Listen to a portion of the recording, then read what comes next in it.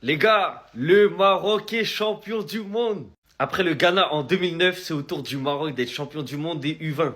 Une victoire 2-0 face aux Argentins, avec un doublé de Zabiri, dont un magnifique coup franc. Et une magnifique célébration aussi. Il faut le dire, elle a du flow, la célébration. Clairement, cet été, l'été prochain, lui, il va changer de club, c'est sûr. Avec la Coupe du Monde qu'il a fait, c'est sûr. Les gars, 3 heures du mat à Rabat. Ils ont rempli les rues comme s'il était 15 heures. Imaginez-vous s'ils gagnent la CAN, ça va être quoi?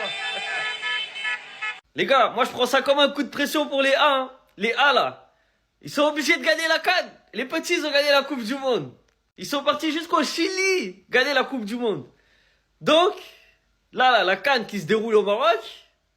Ah, la pression. Là, les petits mettent la pression aux grands.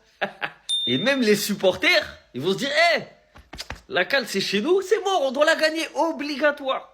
En tout cas, c'est beau pour le Maroc, pour le travail qu'ils ont effectué depuis plusieurs années, et c'est beau pour l'Afrique aussi. Quoi qu'il arrive, ça met de la lumière sur l'Afrique. Tu bats le Brésil, tu bats l'Argentine, tu bats la France. Les gars, on parle des plus grandes nations du football qui ont été battues. Donc félicitations aux Marocains, bravo à eux, et la prochaine étape, c'est la CAN. Le Maroc vient de remporter la Coupe du Monde U20 face à l'Argentine. Victoire 2-0 grâce à un doublé de Zabiri, encore lui. 2 magnifiques buts, le premier but déjà était sur coup franc. Et son deuxième but lui a été offert par son grand binôme Othman Mama. Lui qui a d'ailleurs terminé meilleur joueur de la compétition avec 4 passes décisives. Zabiri lui a terminé deuxième meilleur joueur de la compétition. Et surtout meilleur buteur de la compétition avec 5 buts. Et le parcours du Maroc, est-ce qu'on peut en parler s'il vous plaît? Je tiens juste à rappeler que de base, ils étaient dans le groupe de la mort. Mais malgré ça, ils ont tabassé tout le monde sur leur passage, sauf le Mexique où ils ont perdu 1-0. Ce qui est incroyable, c'est qu'ils ont affronté que des grosses équipes. L'Espagne, le Brésil, la Corée du Sud, les États-Unis, la France. Et pour terminer, l'Argentine qui était le grand favori de la compétition. Ils sont même arrivés en finale avec 0 défaite. Clairement là, sur ce match face au Maroc, ils étaient largement favoris. Sauf que comme vous pouvez le voir à l'image, le Maroc les a pas fait cadeau. Et ce qui est fou, c'est que le match aurait même pu durer une semaine. L'Argentine n'aurait jamais égalisé. Ils n'y arrivaient pas. Ils avaient même du mal à se créer des occasions. Carrément, ça faisait qu'ils étaient frustrés. Le Maroc les a dominés du début jusqu'à la fin. Là, clairement, on peut dire que le Maroc n'a plus aucun complexe. Et Jacques Legras était parti en demi-finale de Coupe du Monde en 2022. Et bah les U20, eux, ils sont venus, ils l'ont pris. Et juste avant, il y a les U17 du Maroc qui ont aussi remporté la CAN. Aux Jeux Olympiques, ils ont terminé médaille de bronze. Et en 2023, ils ont terminé champion d'Afrique U23. Bref, félicitations au Maroc. Ah, Rojo, hé, le boss, on dit quoi, ça va? Tu vas bien? Tu as besoin de quelque chose? Tu as un besoin? Tout ce que tu veux, tu nous dis. Hein? On va faire.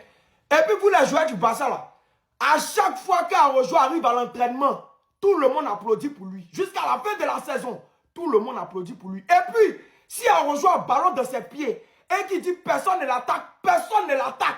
Celui qui va faire pour toucher le pied d'Arojo pour le blesser va me trouver sur son chemin. Si Arojo a un ballon dans ses pieds et puis il dit personne ne l'attaque, personne ne l'attaque. Ne le blessez pas. Arojo, tu veux une nouvelle voiture? Tu veux une nouvelle maison?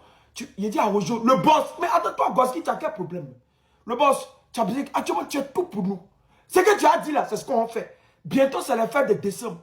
Tu peux commencer à prendre tes congés de décembre aujourd'hui en octobre. Personne ne peut t'empêcher. Et puis si tu vas aller en vacances là, c'est tout frais payé. On va payer tout. Tu ne dépenses rien. Hein? Si tu as un besoin, tu nous dis. On est là pour toi. Le Barça a été créé pour toi. C'est pour te faire plaisir. C'est pour ça qu'on a créé ce club. C'est pour te faire plaisir. Boum, boum, boum, boum. Amo. Ti amo, ti amo. Ti amo, ti amo. Ti amo, ti amo, ti amo, ti amo. Amo. Ti amo, ti amo. Ti amo, ti amo. Ti amo, ti amo, ti amo, ti amo. Les gars, 30 secondes de Ti amo pour le nouveau duo qui risque d'exploser la planète football cette saison. Oui, je l'avais déjà dit en début de saison. Mais là, quand on voit encore que lorsqu'Arda Güler n'est pas sur le terrain et que lorsqu'il rentre, la connexion avec Kylian Mbappé fait mouche immédiatement, bien aidé par un rouge, certes, pas très mérité aussi au passage, on va être objectif, bah derrière la magie opère. Et la vérité, c'est que ces deux-là se trouvent les yeux fermés. Ces deux-là ont une entente exceptionnelle. Ces deux-là sont très forts. La connexion, la manière de se trouver. Et le pire, c'est qu'on sent que c'est encore perfectible. Donc que ça peut aller beaucoup plus loin. Incredible connection. Vous voyez l'image derrière moi? C'est le résumé de Maroc-Argentine, finale U20, en une image. Il a fallu un seul joueur pour Djoufara, des Argentins arrogants qui chantaient qu'ils allaient battre le Maroc. En finale, ils ont vite déchanté parce que monsieur Zabiri, Mohamed Yassir de son prénom, il a juste tout fait tout seul. Déjà, je comprends pas comment le gardien ne prend pas rouge sur le face-à-face avec Zabiri. Après sa tentative de lob, il se fait rentrer dedans à l'extérieur de la surface. Jaune, mais c'est pas grave, le coup franc devient un penalty. Un coup franc exceptionnel, pleine lucarne. Et une reprise de volée pour clore les débats. Meilleur joueur, meilleur buteur, 2-0, le Maroc champion, point final. Et dites-vous que ce mec, il joue au FC Famalicão, un petit club portugais modeste. Il va pas rester longtemps là-bas parce que quel talent. Il a éclaboussé son génie pendant ce tournoi. L'humilité précède la gloire. Des Français ont été arrogants en demi-finale. Le Maroc est passé. Les Argentins ont été arrogants en finale. Le Maroc a gagné et c'est l'Afrique qui gagne. Et en plus, avec la manière, avec la technique, avec le talent, avec un beau jeu collectif porté vers l'attaque. Donc félicitations au Maroc, c'est amplement mérité. S'il en vient à prendre parole, j'ai qu'une seule question à vous poser. Connaissez-vous une sélection qui a fait pleurer les deux meilleurs joueurs de l'histoire? Aujourd'hui, on peut vraiment dire oui. Après un match fou à sens unique, le Maroc gagne cette nuit face à l'Argentine 2-0, notamment éclairé par ses deux joueurs phares, le Golden Ball et le Silver Ball, Othman et Yassir, dont Yassir qui vient s'illustrer par un magnifique coup franc dès l'ouverture du match, vient par-dessus réaliser le break après un magnifique show de son coéquipier en coupant au deuxième poteau.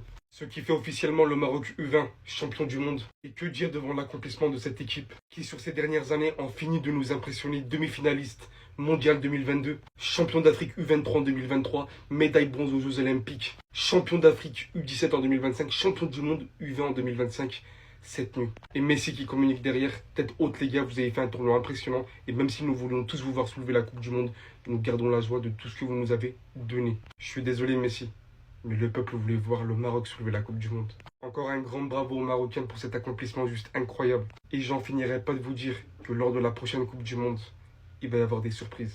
Non mais ça, il faut arrêter à un moment donné. Laissez-le célébrer. Laissez-le profiter de ce moment. C'est son moment de gloire. Ça faisait 500 ans qu'il n'avait pas marqué à domicile devant son public. Si même il avait voulu enlever son short et enlever ses chaussettes et ses chaussures, célébrer nu devant le public, laissez-le. C'était son moment. Et le pire, c'est qu'il avait même pas pris de carton jaune avant. Léao aujourd'hui qui va donner la victoire au Milan AC sur un doublé face à la Fiorentina alors qu'ils étaient menés, ce qui va leur permettre d'être premiers de Serie A. Et ça faisait 500 jours qu'il n'avait pas marqué à San Siro. Quand j'ai entendu la statistique, je suis parti vérifier. Ces stats, j'ai vu que l'année dernière, il était sur 8 buts, 8 passes D. Et il s'avère que les 8 buts, il les a marqués à l'extérieur. Et que la stat était donc vraie. Pour son retour vainqueur à San Siro, il va offrir un doublé avec un premier but où il faut applaudir. Il prend ses responsabilités, frappe hors surface de réparation alors que son équipe était menée et il vient égaliser sur ce long shot. Et derrière, il va donner l'avantage sur un penalty parfait contre-pied sur De Gea. Et vous voulez avoir sa photo iconique? Vas-y, son équipier, il a gâché son moment. Et c'est vrai que Léao, quand il est dans les choses sérieuses comme ça, on parle vraiment d'un des meilleurs à son poste. Sur ce match, l'entrée de Jiménez aura fait toute la différence. Il va permettre de fixer en surface et donner plus de liberté à Léao. Lui, c'est un vrai neuf. On va le voir se procurer une grosse occasion que De Gea va repousser. Même après ça, c'est lui qui va décrocher le penalty que Léao va transformer. C'est vrai que du côté de la Fiorentina, j'ai vu des joueurs que ça faisait longtemps que je les avais pas vus. Des Robin Gosens, des De Gea, des Dzeko. Et bon, le plus chaud des retraités, le plus chaud des anciens sur le terrain, évidemment, c'est Luka Modric. Et le fait qu'il joue 90 minutes à chaque match et que même en fin de match, tu le vois courir encore dans tous les sens, c'est juste impressionnant. Je pensais qu'il partait du Real Madrid pour se prendre une petite retraite, même si on s'était dit Milan AC, ça reste quand même un club assez compétitif. Et il s'avère qu'il joue tous les matchs 90 minutes et pond toujours des performances solides. Incroyable.